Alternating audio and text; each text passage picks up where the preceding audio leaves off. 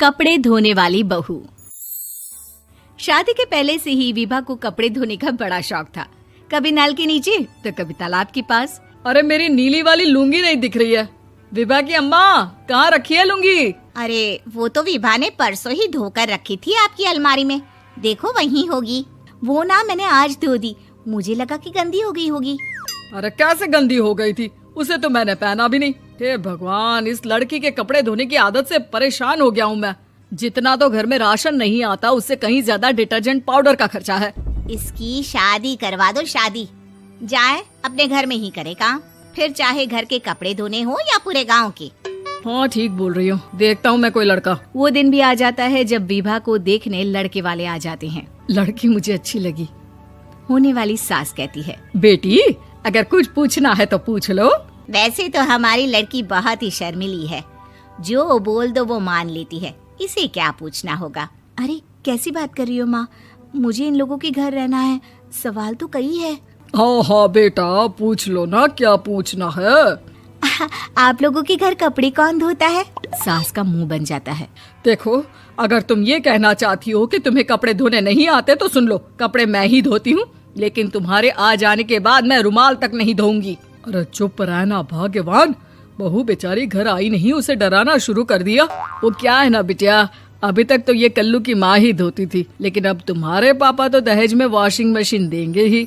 तभी विभा की माँ बोल पड़ती है, सवाल भी पूछा तो क्या। वैसे भाई साहब, मशीन की तो फिर भी कपड़े धोने की कैपेसिटी होती है। मतलब जो बिटिया दे रहे हैं ना विभा, इसे कपड़े धोने का बहुत शौक है। ये आप लोगों के क्या, आस पड़ोस गांव मोहल्ले सबके कपड़े धो दे और उफ तक ना करे।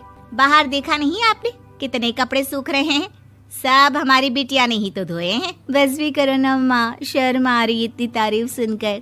और तो और एक दाग निकाल कर दिखाओ तो मान जाऊं। हाँ अच्छा, माफ करना बेटा, मैंने गलत समझा। हमें तो रिश्ता बहुत पसंद है। और ऐसे जुड़ जाता है रिश्ता कपड़े धोने का शौक रखने वाली विभा का। उसकी शादी हो जाती है कोयला फैक्ट्री में काम करने वाले कल्लू के साथ। शादी के बाद अचानक विभा चिल्लाती हुई सास के पास आती है। सासू माँ, अरे सासू माँ कहाँ है आप? ये तो धोखा है, धोखा दिया आप लोगों ने मुझे। इसे ससुर के चक्कर के बारे में पता चल गया। अरे तो उसमें तुझे क्यों धोखा मिला है? अरे नल में पानी नहीं आता, कपड़े कैसे कब धुलेंगे? अच्छा, तू पानी नहीं आ रहा उसकी बात कर रही है। तो आपने क्या सोचा? कुछ नहीं।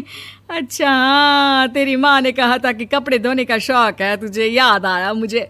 शौक बोलकर कपड़े धोने वाले मेरे जुनून को कम ना आके सासू माँ, कपड़ा धोना मेरा गुरूर है।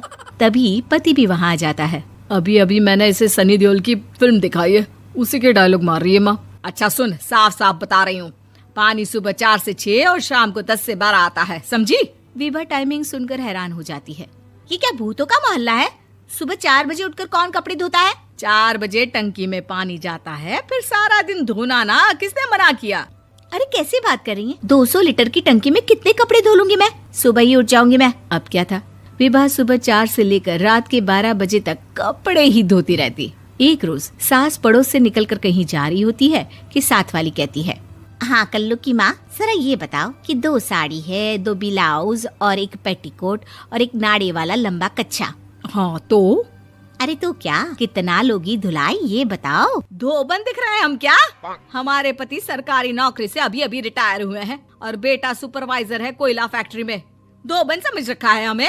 हाय रे कल्लू की अम्मा, माफ कर दो, वो तो मोहल्ले में यही सब बता रहे थे कि तुमने बहू को कपड़ा धुलवाने के काम में लगा दिया है। सास को पड़ोसन की बात सुनकर गुस्सा आ जाता है। वो घर पहुंचती है जहां घर के बाहर ही इतने सारे कपड़े सूख रहे होते हैं जितने कि किसी धोबन के घर पर। अरे ओ कल्लू की दुल्हन, बाहर निकल।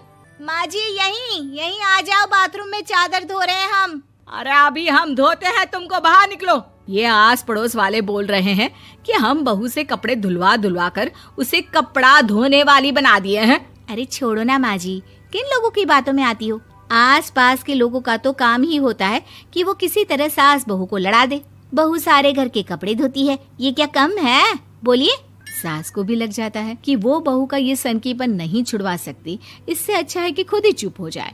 एक रोज सास और बहू मंदिर जाते हैं, जहाँ सास की साड़ी वहाँ खड़ी भीख मांगने वाली से मिलती है। माँ जी क्या बात है, आपकी साड़ी उस भिखारन से कितनी मिल रही है ना? हाँ हाँ देखो तो, दोनों की साड़ी मिल रही है। क्या बात है कल्लू की अम्मा, तुम खुद को तो अफसर की बीवी बताती हो और ऐसी सिंपल सी प्लेन साड़ी पहनकर घूमती हो। सिंपल और प्लेन नहीं है ये साड़ी। तो क्या सोने के धागे से फूल बने हैं?